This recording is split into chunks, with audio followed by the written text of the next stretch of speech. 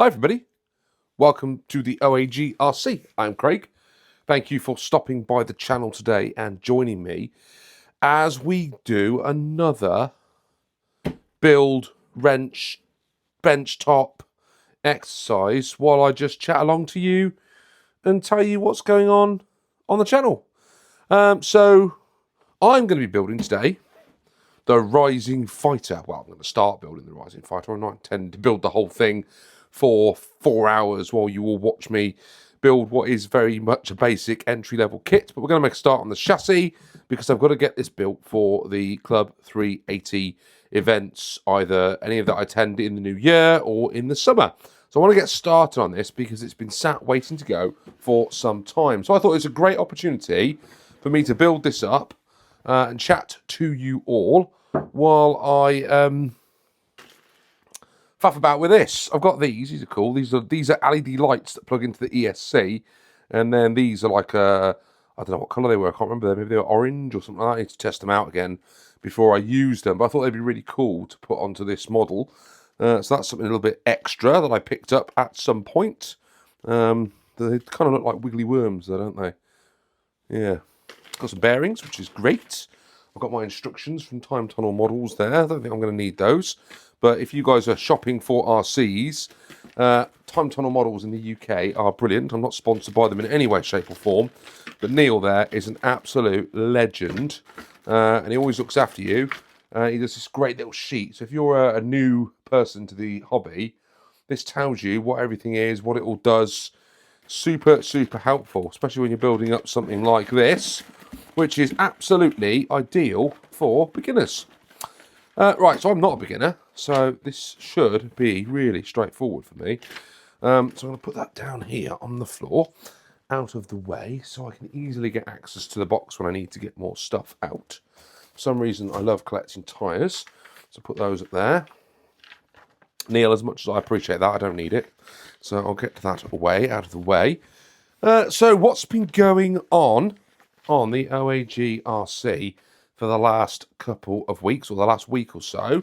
Hopefully you all saw the Orchard Raceway sessions, the running sessions. That was cool. So yeah, we did all right with that, didn't we? The Frog didn't have such a great time out, and the TTO2B, this little boy up here, didn't have the best of times, unfortunately. And I had a little video from my buddy Paul Coughlin, which I'll put up on screen now, and I'll play the audio of that so you guys can hear what he's got to say. Hey Craig, it's Paul. First thing in the morning, and I'm watching your video, and oh, I cannot let that stay with the Frog. I just can't. So, what we're gonna do?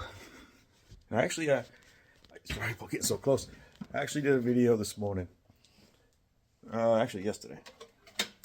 But yeah, that's coming off the shelf. And I wasn't too impressed with the TTO2B either, because that's one of my favorites. So she's coming down, and I'm gonna get outside after I do. I mean, I literally just woke up, but we have to do something about this. So these two cars are gonna go back to back out on my track. That's going to be my Orchard Raceway rebuttal, because those are two awesome cars. So there you go. Paul certainly was not impressed with my driving, and he went out to run his RCs and then subsequently texted me back about half an hour later and said, yeah, a bit of a problem. Frog didn't work. The TTO2B he turned on and then it stopped working almost immediately, and he had zero fun. Zero funds were had, so Paul's going to have to go and try all over again to prove to me that there's a better way of driving the Frog and the TTO2B. Now, I know there's a better way of driving the TTO2B. I just didn't do a particularly good job when I drove it before. But yeah, right, what do I need out of here? I've come in my box of electronics. Whenever I finish with a car, I tend to take all the electronics out and put them in this massive box of tricks where I dip into every now and then when I'm looking for something new. Don't ask me what that is. I've got no idea. That was an ESC that came out of something. Not entirely sure what I'm going to do with it. It's there just in case. I need one of these. I've got that. Got an old ESC there. And that might be is that a, that's an 04S, that one. You didn't see many of these. Tamiya seem to have just given up on their ESCs, which I still can't work out whether that's a good thing or a bad thing. I've had a real mixed bag. The TBLE02s seemed to do all right for me, and then I blew a couple out with some dodgy servos. This was the only 04 I ever had. I'm not entirely sure what to do with it, to be honest. I think I pulled that out of the... Maybe I didn't. I can't remember where that's come from. I don't think I'm going to use that one, though. I don't really want to use any of these, actually. I might have to go into the drawer. That one there came out of my... what was it? The Optima Mid. And I like that one because it was really small and really good to use when there's not a lot of space inside. That would go great in a hot shot, wouldn't it? Because they're tiny inside there. So that's that one. That's pretty cool. So that's there's a Spectrum A6000 servo. Again, can't remember where that came out of, but I think we'll use that in this particular build because hopefully it's pretty sharpish. But I think I might just grab an ESC out of the drawer. So just talk amongst yourselves for a minute. I'm getting low on ESCs. That's a bit of a worry. I might have to go ESC shopping at some point in the near future. It's always difficult, isn't it? Because with ESCs, it was me digging around for an ESC and there was already one there. Didn't need to do that, did I? Well done, Craig. So I have got an ESC, which is great. Last time I did one of these, you guys were very patient with me because, I mean, this video did really, really well last time. And I spent the entire time felling away at that 3D printed part that ended up just snapping on me when I tried to screw a self-tapper in, which was really, really stupid, wasn't it? And bust it. Yeah, not such a good day out, that one. So I'll try and do a better job with what I'm presenting to the camera as I'm doing it. So I've got my ESC, I've got my servo, I've got my receiver, which I've got to work all that out in a minute. Yeah, so Paul Coffin's going to have a go and see if he can do a better job of me around the track. So Paul, good luck if you're watching this, my friend.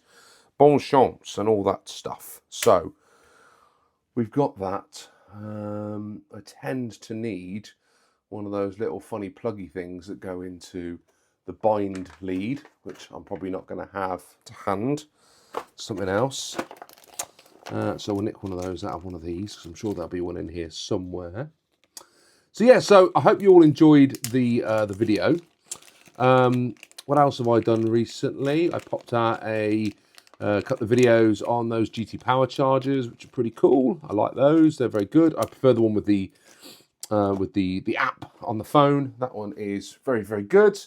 And I'm getting into my LiPo batteries, which is pretty cool, and I'm enjoying that life, which is great. Which is very, very cool.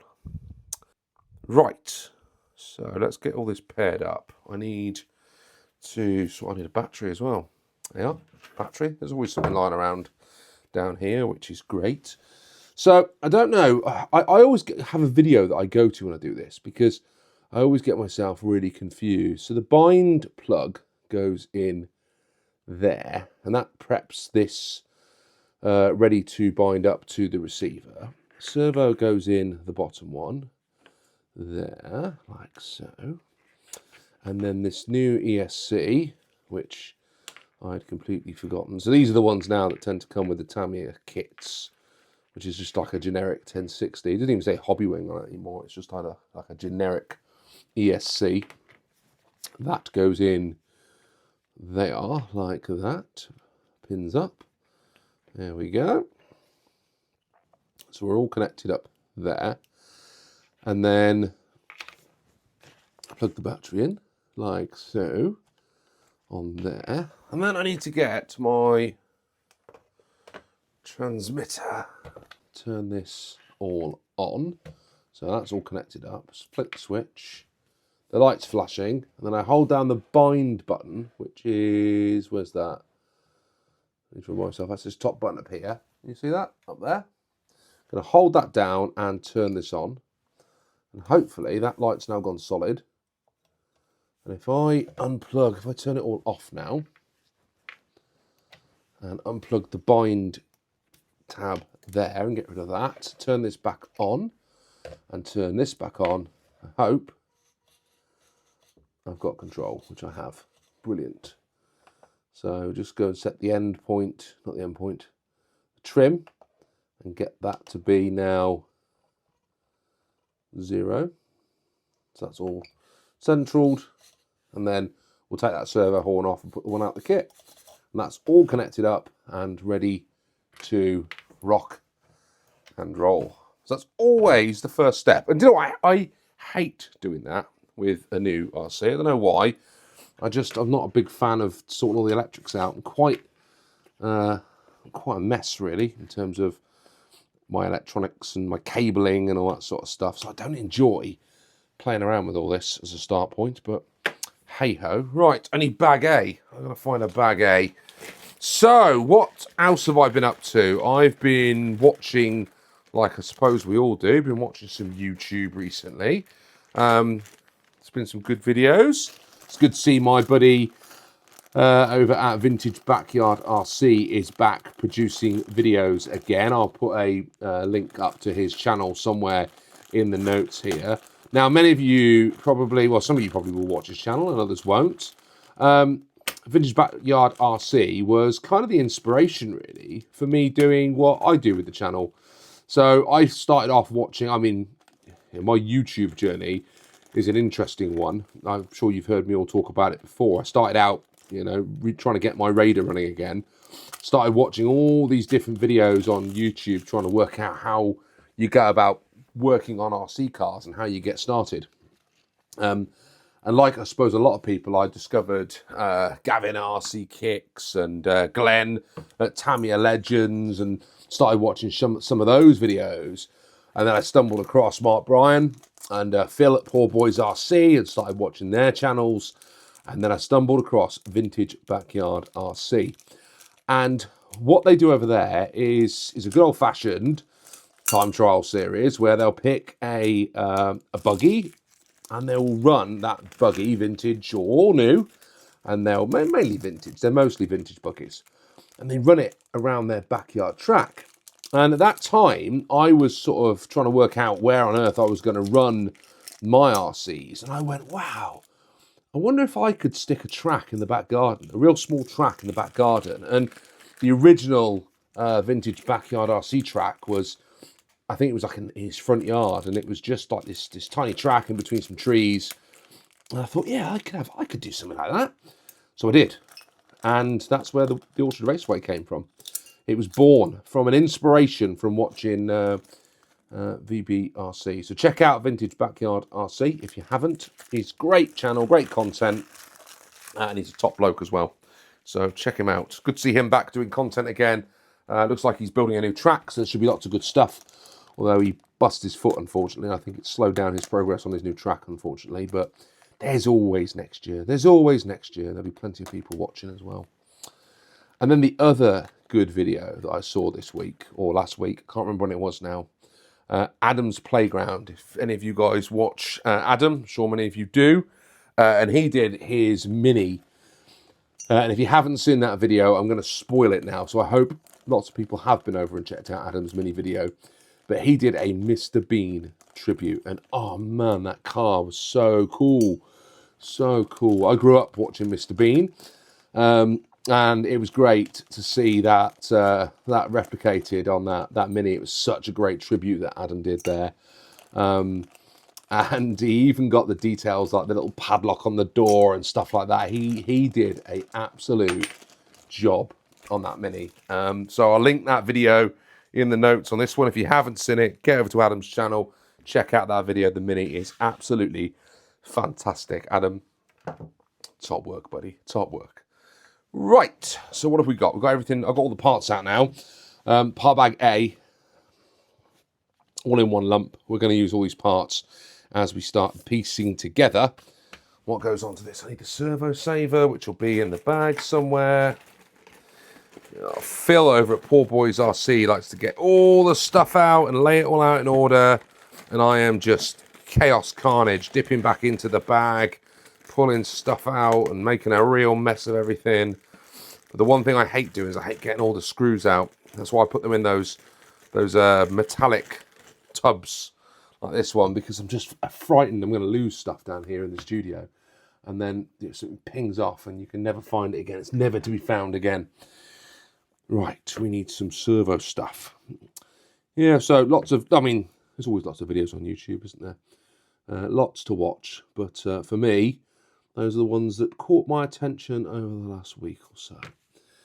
So, we need the right servo horn. We're using a Spectrum servo, so I'm pretty sure it's going to be using the Tamiya one up here. I don't know why they put, well, I'm sure someone will tell me in the comments.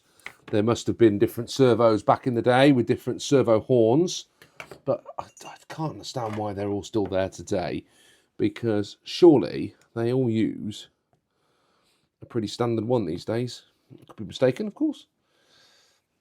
So I'll take a screw out here. I think I might just keep that one, because that might be the one we put back in. Crikey, that's in there. There we go. That was on there pretty tight. I'm not entirely sure that was the right fit, perhaps. Do you know what I've just done? Don't you? You all know the mistake I've just made. You're all screaming at the camera like you were the other day when I was trying to do that other thing. I have just wiggled that around and knocked it all out of centre. So now I've got to put it all back together in here again and do it all over again. What an absolute plank. Recentered the servo. I never understand why these never go on exactly in the right way, but they don't. That's not going on there properly. Have I got a different size? Surely not. Surely that's not a different size.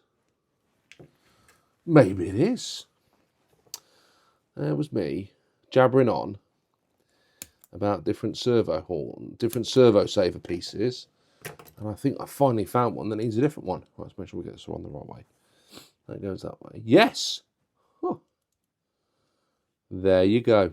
Spectrum servo, and that has used the ACOM's servo. I've not experienced that before. So Spectrum must be the same as the old ACOMs. There we go. There you learn. So every day is a school day. Every day is a school day when it comes to RC. But that's great, because it means I've got a spare one of those now. I never end up with a spare one of those. So what else have I been doing? I've been shopping through various different things online. Black Friday today. Happy Thanksgiving, by the way, to all my American friends and Canadian friends. Canadian Thanksgiving at the same time? I can't remember. But happy Thanksgiving to all of you who celebrate Thanksgiving. Some of you don't know, I used to live out in the US. I lived in the US for 3 years. I lived in Massachusetts, just outside of Boston. I was seconded with work, and I very much enjoyed my time in the US. It was a very enjoyable time, and I liked it a lot, and I really liked the space. But what my wife and I really enjoyed was Thanksgiving. It was really cool. We were invited to an American family's Thanksgiving. They were very kind, knew that we were there all on our own, invited us to celebrate Thanksgiving, and it was brilliant. And we, up until a couple of years ago, we always tried to celebrate Thanksgiving, but Thursdays in November are really inconvenient for us.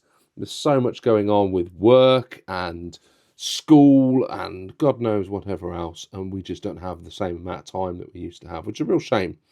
But I really enjoyed. That's not going to work, Craig. That's not going to work in there. So yeah, I really enjoyed Thanksgiving. So happy Thanksgiving for everyone. So Black Friday, and I've been perusing all the various different things on Black Friday, looking for some deals, and I have stumbled across a couple of deals. And it's always interesting because I never really know. After my conversation the other week, I'm a real deliberator, and for me to make a purchase of an RC, usually I like to pre-order something. So I like to decide what it is I'm going to want well in advance and make a considered purchase. But I spotted that they were doing a discount on a Japanese website. They were celebrating Black Friday. And I logged on to see what sort of deals they had floating around. And I found a Yokomo Rookie Off-Road 1.0 RC, which I'll put a picture up so you guys can see exactly what I'm talking about. And that was on sale for 100 English pounds, including shipping. And I couldn't resist, because for £100, that's cheaper than me buying a DTO2 or a DTO, well, no, maybe not a DTO2, DTO, well, it's pretty close actually. Pretty close in price. I thought that looks like a really good deal. I was slightly concerned, slightly worried, because the risk with that is that getting parts, supply and repair parts is going to be slightly challenging, because I would imagine if I break that, it's not going to be easy for me to find the bits and bobs to fix it. But I decided for £100, that's a risk that I am probably willing to take for a change. And normally I don't like that sort of stuff, but for £100, there's been a couple actually I've picked up like that where I look at it and think, do you know what, if I run that car for a couple of years and have my use out of it, and then I bust a part that I can't repair, I think I'll probably live with it. I think I'll probably cope. So what do you get if you buy yourself a Yokomo Rookie 1.0? Well, let me tell you what you get if you buy a Yokomo Rookie 1.0. You get a resin integrated flexible main chassis and shock mounters. Very nice. You get front and rear double wishbone suspension, pre-assembled upper arms and tie rods. Pre-assembled tie rods. Oh, didn't realise that. That's got me sold. That's got me excited. Everyone knows how much I hate tie rods.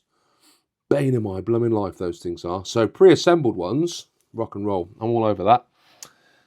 Heavy-duty CVD rear drive shafts. Now, I can't remember. Should have looked this up.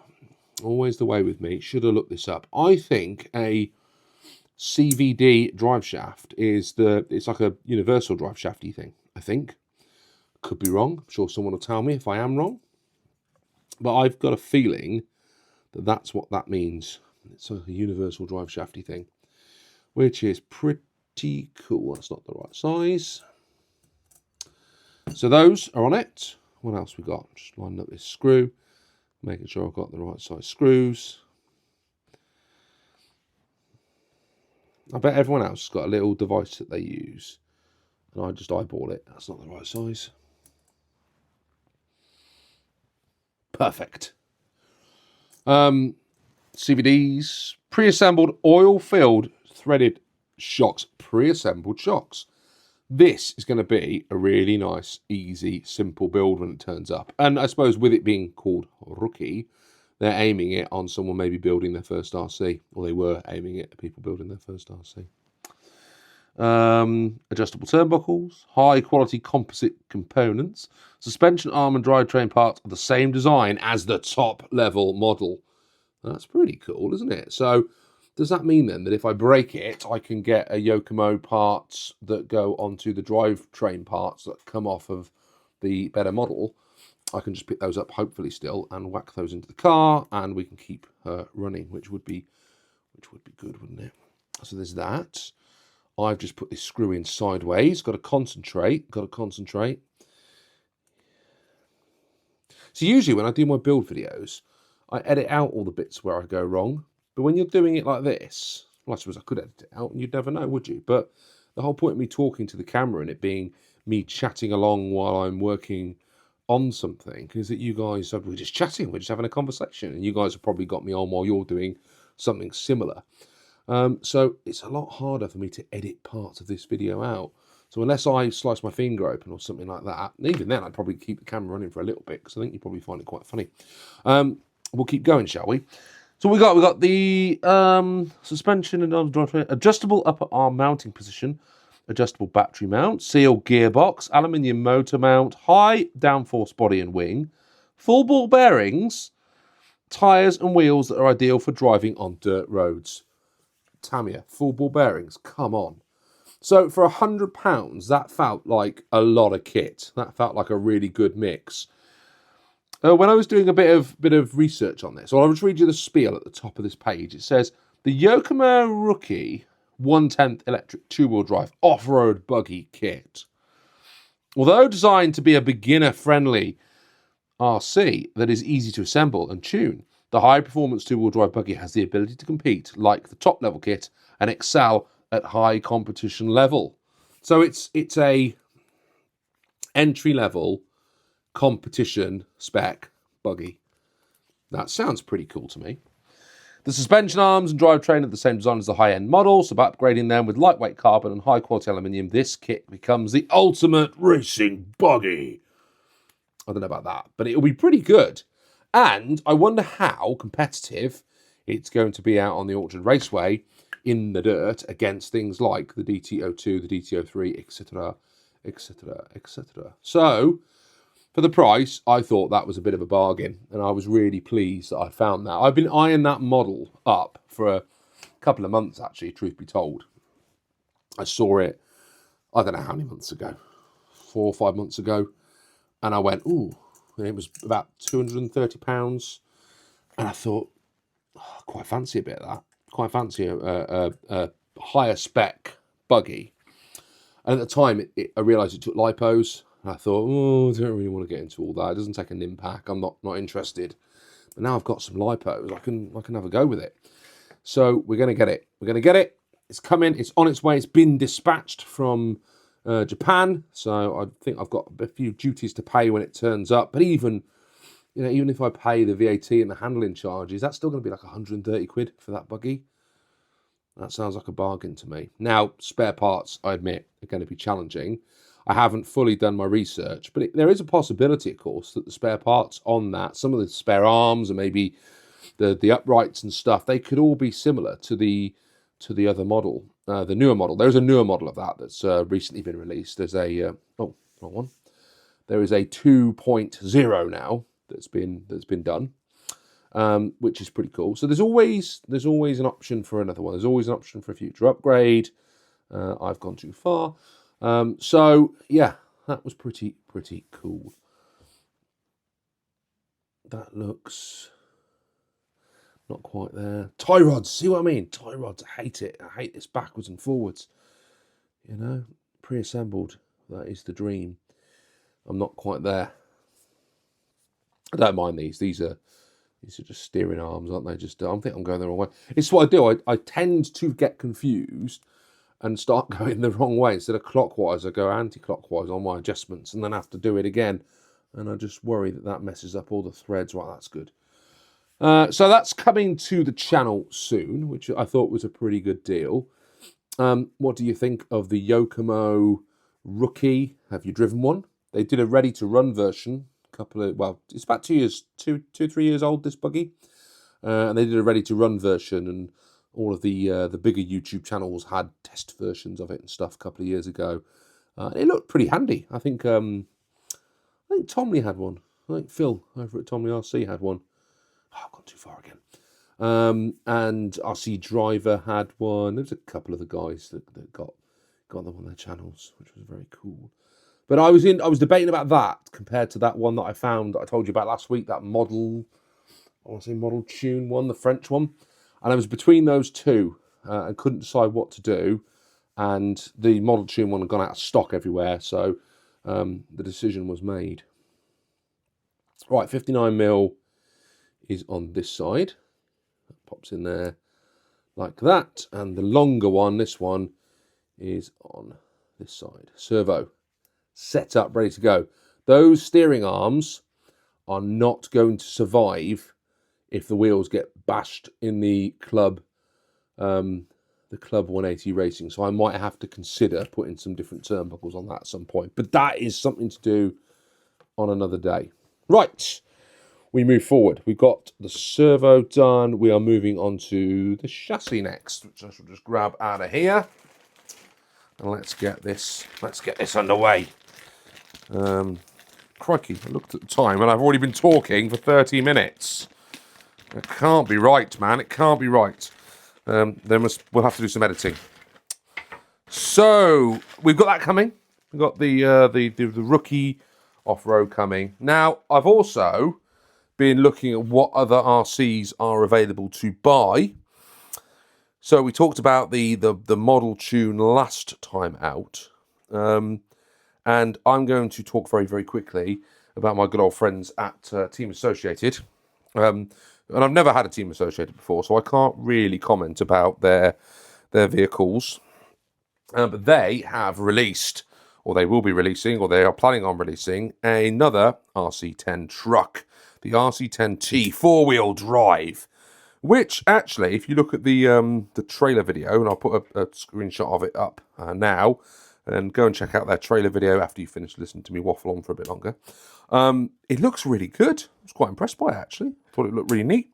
Whizzing around the track. I was quite impressed.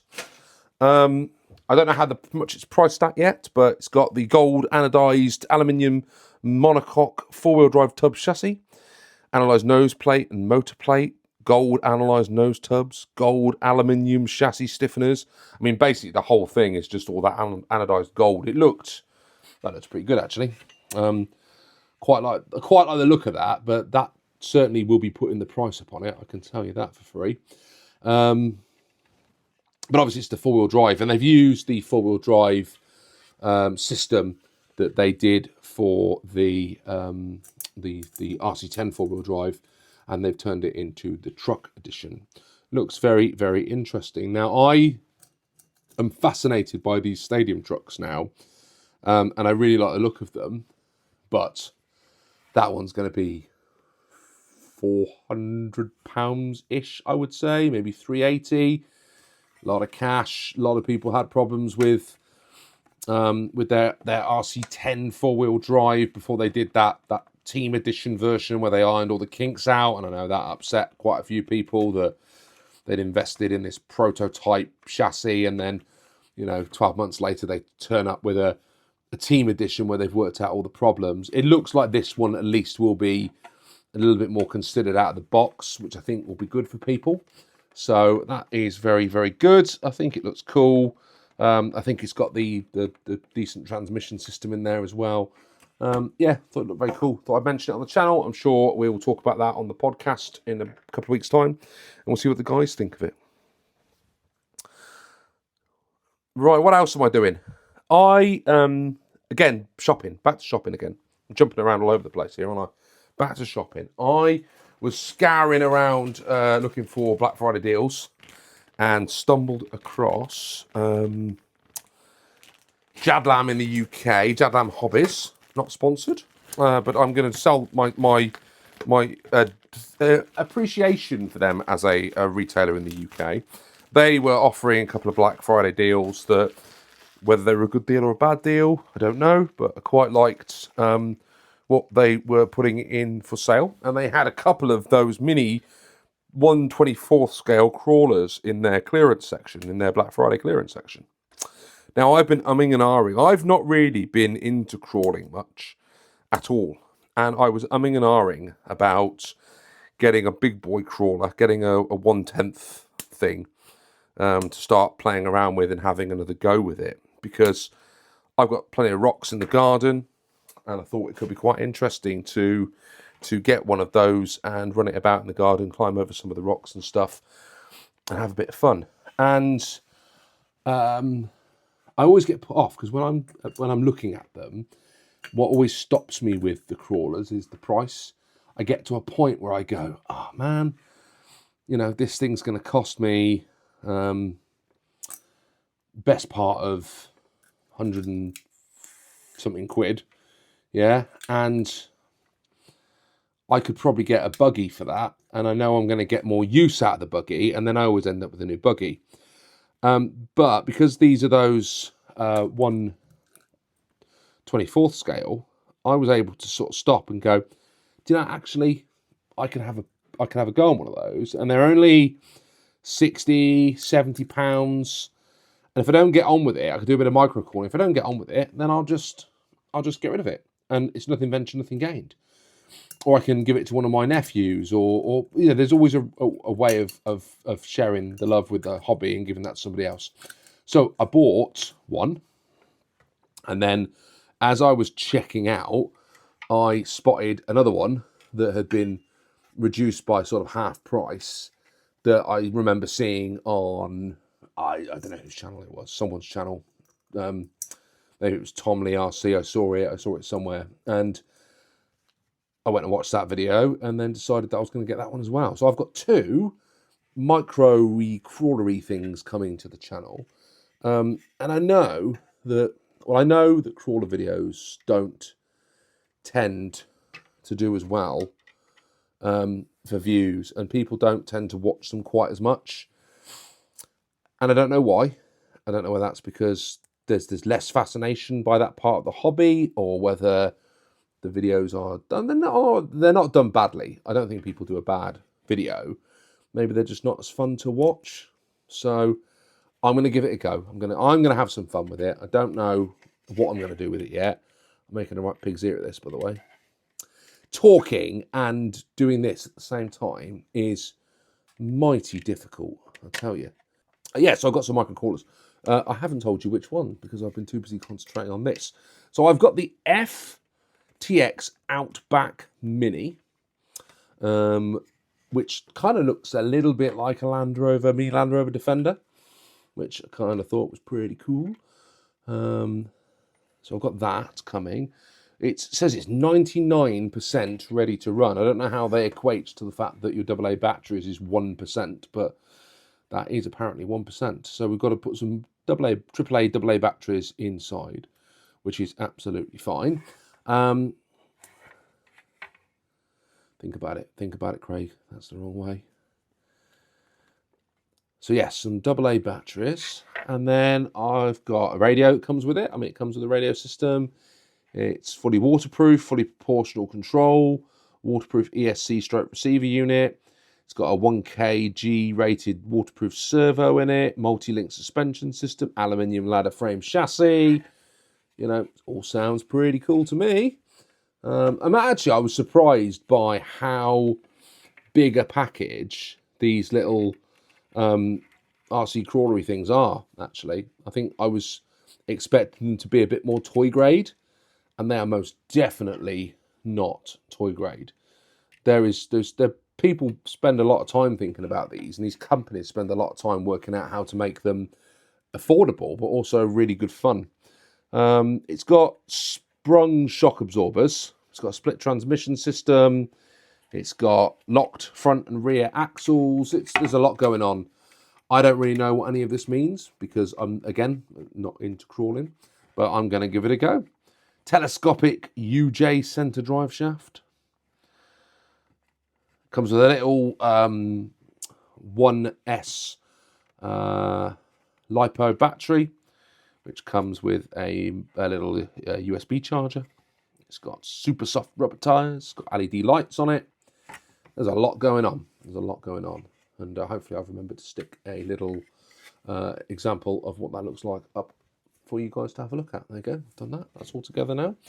Yep, so that's the one. And then the other one that I've got coming is the Element Enduro 24 Trail Runner Trail Truck, which looks a little bit like this picture that I've put up on the screen.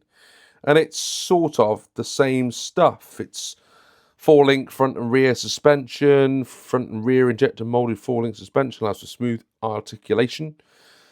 It's got a servo. It hasn't got the servo size on this one, actually. I don't think this one's got the aluminium frame. In fact, the spec on this one looks a lot lighter than the other one. So I'm now slightly concerned that perhaps I haven't got such a good deal on this particular model. But I thought it looked pretty cool. I got this one for £50. So I paid £60 for the... Hang on, I need to concentrate. This has got a little bump in it. It's got to go that way. I paid £60 for the whatever it was, FTX one. And then I spent £50 on the other one, which I thought was a really good price for me to have a little play around with crawling and see how I get on with it. And if I don't like it, it's only cost me £100, and I can probably sell those units on or give them away. And if I do like it, I might find the new part of the hobby that I've not really had much time playing around with before. So what am I going to do with micro crawlers? Well, I could take them out, and I have got like a little tiny rockery area at the front of the house, and we can go crawling through there, which would be fun. But I thought it might be fun to make like a little indoor crawler course that I can put up here on the top of the bench, or play around with in the main garage area on a tabletop somewhere, and create like a couple of hills and stuff like that. I've seen them done. I think they look really cool. I thought perhaps we could have a go with something like that and see how it goes. If you've had a go with 1/24th scale crawling, let me know what you think. I've been watching quite a few videos of those actually over the last couple of weeks, so I apologise if I haven't got to yours yet. I will do a better job and see if I can watch some more of those videos over the coming weeks as I prep myself up for receiving these awesome crawlers. Right, we are 45 minutes in. I think that's enough. There should be enough here for me to edit. I'm going to pause this build. We will come back to it again next week and do some more of the Rising Fighter chassis. It's amazing how slowly it goes and you're trying to talk at the same time. What's coming up on the channel over the next week or so? I should be able to remember, and I can't remember what's coming on the channel. There is another video that's already done and ready to rock and roll, but I can't remember what it is. I'm still editing up. I've got the last couple of parts of the Orchard Raceway to film. I have some rally footage that I did earlier in the summer that I've not got to yet, and I need to sort that out so you guys can see that. And that's about it. I've got a couple of RCs to build, which I'm planning on doing during the winter. I've got the Falcon to find some arms for, which I'm still on the hunt for. I've not found any yet. I've got some parts coming from Japan to help me sort out, or they're Hong Kong, coming from one of the two, to help me get back onto the Raider build, which I've got part 2 in the works for that. That's a detailed build video. I want to do the TA01 stadium truck this winter, but I'm worried I might run out of time because there's an awful lot going on. Life's very busy at the minute, and I only get about 45 minutes to an hour to get down here towards the weekends and do stuff. And interestingly, I'm taking that time making these videos now because I quite enjoy chatting while I'm building. But maybe I'll get a cheeky little couple of slots in over the Christmas break, and we'll get some progress made on some of those other kits. I do tend to build something between Christmas and New Year, so hopefully I'll find a bit of time to do that. I'm prepping up for the Club 380 next year, so I'm going to get the Grasshopper, get this finished up. I've got the DTO2 that I can take as well, and the lunchbox is ready to rock and roll. We're ready to go, but I want to do some number plates for those, so we're ready for that. Yeah, so lots going on. Lots and lots and lots going on. And then we've got Christmas special podcast edition coming up as well. So I've not decided yet what we're doing to have sort of an end-of-year special on the podcast. Mark's been doing the last couple of months with us. Phil and I have been doing it for ages. This will actually be the 12th episode of Talks Tamiya. And I cannot believe I've done a whole full year of podcasting. I was quite proud of myself, actually. I started this as a crazy idea one night, and here we are a whole year, and we'll have done a podcast every single month almost, which is amazing. So I really want to sort of round the year off with something decent, and I've got an idea which I've floated with the guys, and they seem to be up for. And I'd like to do two things. I'd like to firstly do a bit of a quiz, and the second thing I'd like to do is our predictions for what we think is going to happen in RC in 2026. And at the end of next year, we can look back and see whether we got those predictions right or wrong and have a bit of a laugh about it. So we've got that to film before the end of the year. Yeah, so lots going on the OAG RC. Thank you for stopping by the channel today, spending a bit of time listening to me rabbit on. I hope you all enjoy it, and I hope you all have a great weekend.